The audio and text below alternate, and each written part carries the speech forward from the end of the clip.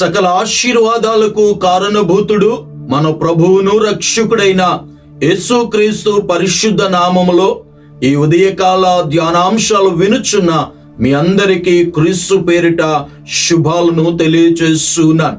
ఈ ఉదయకాల ధ్యానాంశము కొరకే దేవుని వాక్యాన్ని చదువుకుందాం. పరిశుద్ధ గ్రంథములో నుండి మత్తయి సువార్త 6వ అధ్యాయము 26వ వచనాన్ని చదువుదాం. ఆకాశ పక్షులను చూడుడి, అవి విత్తవు, కోయవు, కొట్లలో కూర్చుకొనవు, అయినను మీ పరలోకపు తండ్రి వాటిని పోషించుచున్నాడు.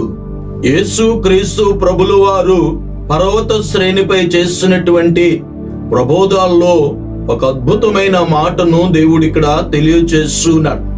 ఆకాశ పక్షులను చూడండి, అవి విత్తవు, కోయవు, కొట్లలో కూర్చుకొనవు, అయినను మీ పరలోకపు తండ్రి వాటిని పోషించుచున్నాడు. మీరు వాటికంటే శ్రేష్ఠులు అని దేవుడు తెలియజేస్తున్నాడు. మానవులు ధాన్యమును కొట్లలో కూర్చుకుంటూ, ధనమును బ్యాంకులలో, ఖజానాలలో దాచుకుంటూ, అనేక రీతిలుగా పాలసీలు ఏవేవో చేస్తూ, ఇంకా మానవ జీవితంలో ఎన్ని ఉన్నా ఏదో లేదు అని ఏడుస్తున్న వారు, అరులు చాస్తున్న వారిని మనం లోకములో చూస్తూ ఉన్నాం. ఎంత వారు సంపాదించినా, ఎంత వారు తిన్నా వారి ఆకలి తీరడం లేదు, వారికి తృప్తి కలగడం లేదు. వారు ధన సంపాదన కొరకు అనేక రీతిలుగా అడ్డమైన దారులన్నీ త్రొక్కుతూ, చేయరాని దోషక క్రియలు చేస్తూ ఎంతటికైనా మానవుడు తెగిస్తూ ఉన్నాడు. ఎందుకు అనంటే తాను సంపాదించడం కొరకు ఎన్నెన్నో చేస్తూ ఉన్నాడు. అయితే దేవుని యొక్క వాక్యం ఇక్కడ చాలా తేటగా దేవుడు తెలియజేస్తున్నాడు. ఇక్కడ దేవుడు ప్రజలందరితోనూ తన శిష్యులతోనూ మాట్లాడుతూ, మీరు భౌతికమైన పోషణ కొరకు చింతించవద్దు, మీ పరలోకపు తండ్రి మిమ్ములను పోషిస్తాడు, మీ పరలోకపు తండ్రి మిమ్ములను సంరక్షిస్తాడు, మీ పరలోకపు తండ్రి మీకు సమస్తమును అనుగ్రహించే దేవుడు అని దేవుడు తెలియజేస్తున్నాడు. ఈరోజు ఒకవేళ పోషణను గూర్చి, నీ పరిస్థితులను గూర్చి, ఆహారమును గూర్చి, వస్త్రమును గూర్చి, దేహమును గూర్చి ఒకవేళ నీవు చింతిస్తూ ఉంటే దేవుడు ఈ దినం నీతోనే మాట్లాడుతూ ఉన్నాడు.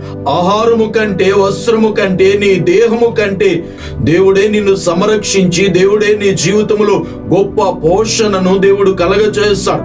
దేవుని పిల్లలమైన మనము చింతించకూడదు అని దేవుడే తెలియజేస్తున్నాడు. ఇశ్రాయేలు ప్రజలను గురించి మనము ఆలోచన చేసినట్లయితే దేవుడు 40 సంవత్సరాలు అరణ్యములో వారికి మన్నాను, పూరేళ్లను దేవుడు అనుగ్రహిస్తూ వారికి సమృద్ధైన ఆహారాన్ని దేవుడు వారికి అనుగ్రహించాడు. ఈ దినము కూడా దేవుడు నిన్ను, నీ కుటుంబాన్ని పోషించగలిగిన దేవుడు. కరువులో మన పితరులను పోషించిన దేవుడు, ప్రతికూల పరిస్థితుల్లో గత దినాలన్నిట మనలను పోషించిన దేవుడు ఇక ముందు కూడా ఆయనే మనలను పోషిస్తాడు. దేవునికి స్తోత్రం. ఈరోజు ఒకవేళ నీవు చింతిస్తూ ఉంటే, నీవు దిగులు పడుతూ ఉంటే, ప్రభు అంటున్నాడు, ఆకాశ పక్షులను చూడండి, అవి విత్తవు, అవి కొట్లలో కూర్చుకొనవు, అవి దాచుకోవు, అయినను వాటిని పోషిస్తున్న దేవుడు నిన్ను, నన్ను, మనందరినీ ఆయన పోషించే దేవుడు. పరిశుద్ధ గ్రంథం ఈ రీతిగా తెలియజేస్తుంది. ద్వితీయోపదేశ కాండము 8వ అధ్యాయము 3వ వచనము 4వ వచనాన్ని చదువుదాం. ఆహారము వలనే గాక యెహోవా సెలవిచ్చిన ప్రతి మాట వలన నరులు బ్రతుకుదురని నీకు తెలియజేయుటకు ఆయన నిన్ను అణచి, నీకు ఆకలి కలగజేసి, నీవే గాని నీ పితరులే గాని ఎన్నడూ ఎరుగని మన్నాతో నిన్ను పోషించెను. ఈ 40 సంవత్సరములు నీవు వేసుకున్న బట్టలు పాతగిలలేదు, నీ కాలు వాయలేదు. ఇశ్రాయేలీలు అరణ్యములో 40 సంవత్సరాలు వారు ప్రయాణము చేస్తున్నప్పుడు వారు వేసుకున్న బట్టలు పాతగిలలేదని, వారు కాళ్ళు వాయలేదని, వారు చెప్పులు అరగలేదని దేవుని యొక్క లేఖనము తెలియజేస్తుంది. కేవలము వారు తిన్న ఆహారం వలన కాదు గాని కేవలము దేవుని నోటి మాట వలన వారు బ్రతికారు. దేవుని నోటి మాట ద్వారా దేవుడు వారిని బ్రతికించాడు.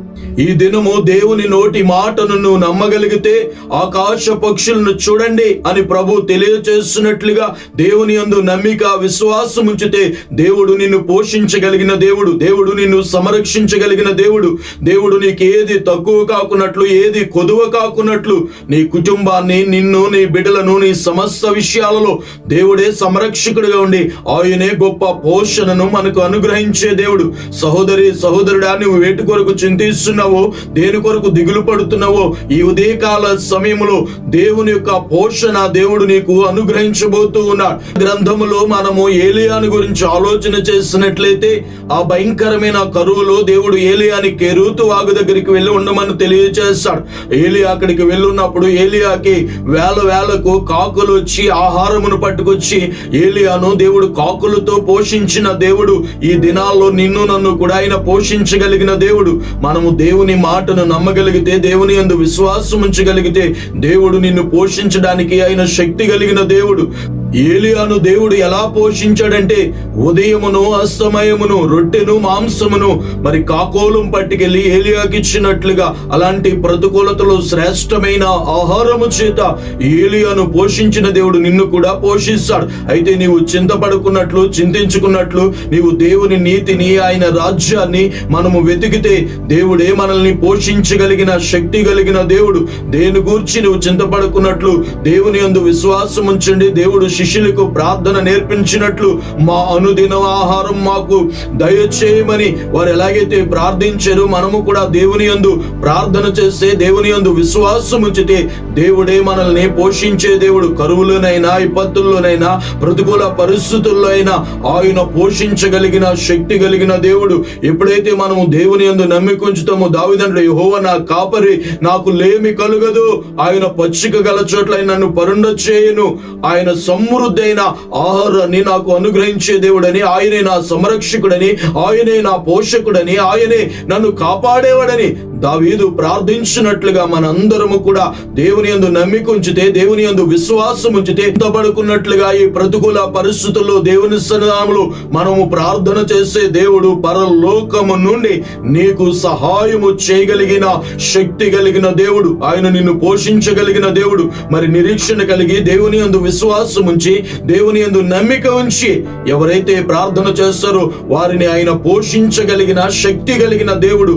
సహోదరి సహోదరుడా, ఈ దినము ఏ విషయంలో నువ్వు చింతపడుతూ ఉన్నా, చాలని పరిస్థితుల, చాలని ఆకలి దప్పులతో మీరు జీవిస్తూ ఉన్నారా? ఎలాంటి పరిస్థితుల్లో మీరున్నా ఈ ఉదయకాలం ఈ మాటలను మీరు నమ్మగలిగితే, దేవుని మాట యందు విశ్వాసం ఉంచితే దేవుడే మిమ్మలను పోషించగలిగినటువంటి, సంరక్షించగలిగినటువంటి శక్తి కలిగిన దేవుడు. ప్రతి దినము దేవుని సందులో ప్రార్థన చేద్దాం. దేవుడే పైనుండి మనకి సహాయము చేసి మన అందరి జీవితాల్లో ఆయనే గొప్ప పోషకుడిగా ఉండి మనలను, మన కుటుంబాలను ఆయన పోషించి సంరక్షించే దేవుడు. అలాంటి గొప్ప దీవెన, ఆశీర్వాదం, అట్టి పోషణ దేవుడు మనందరికీ దయచేయునుగాక.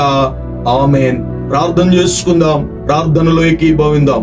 మహోన్నతుడా, మహాగణుడైన మా తండ్రి, మీకు వందనాలు, స్తుతులు, స్తోత్రాలు చెల్లిస్తున్నాం. ఈ ఉదయకాల ధ్యానాంశాలు వినుచున్న బిడ్డలందరినీ దీవించండి, ఆశీర్వదించండి. ఎవరు చింతతో ఉన్నారు, ఎవరు సరైన పోషణ లేకుండా, ఎవరు ఏ పరిస్థితులలో ఆకలి దప్పులతో ఉన్నారు నాయనా, ఈ ఉదయకాల ధ్యానాంశము ద్వారా మీరే మా పోషకుడని, మీరే మమ్మల్ని పోషిస్తారని మీ లేఖనాల్లో నుండి మీరు మాకు తెలియజేస్తున్నందుకే వందనాలు. ఆకాశ పక్షుల వలె మేము చింతించుకున్నట్లు, మీ వైపు చూడగలిగినట్లు, మీలోనే మాకు భద్రత, సంరక్షణ, మా పోషణని మేమందరము గుర్తెరిగి అలాగూ జీవించటానికి అట్టి ప్రార్థనా జీవితాలు మా బిడ్డలందరికీ మీరు ప్రసాదించమని ఎవరైతే ఈ ఉదయకాల సమయంలో భయముతోనూ, దిగులుతోనూ, అధైర్యముతోనూ పరిస్థితుల్లో నలిగిపోతూ ఉన్నారు, వారందరినీ మీరే ఆదరించి సంరక్షించి వారి జీవితాల్లో మునుపెన్నడూ లేని గొప్ప శాంతి, సమాధానమును, జీవమును, సమృద్ధైన ఆహారమును మీరే ప్రసాదించి వారందరి ఎడల మీరు మేలు చేసి మీ నిత్యత్వము చేరు వరకు నా బిడ్డలకు మీరు తోడుగా ఉండి నడిపించమని యేసు నామములో ఈ మనవులు అడుగుచున్నాను పరమ తండ్రి. ఆమేన్.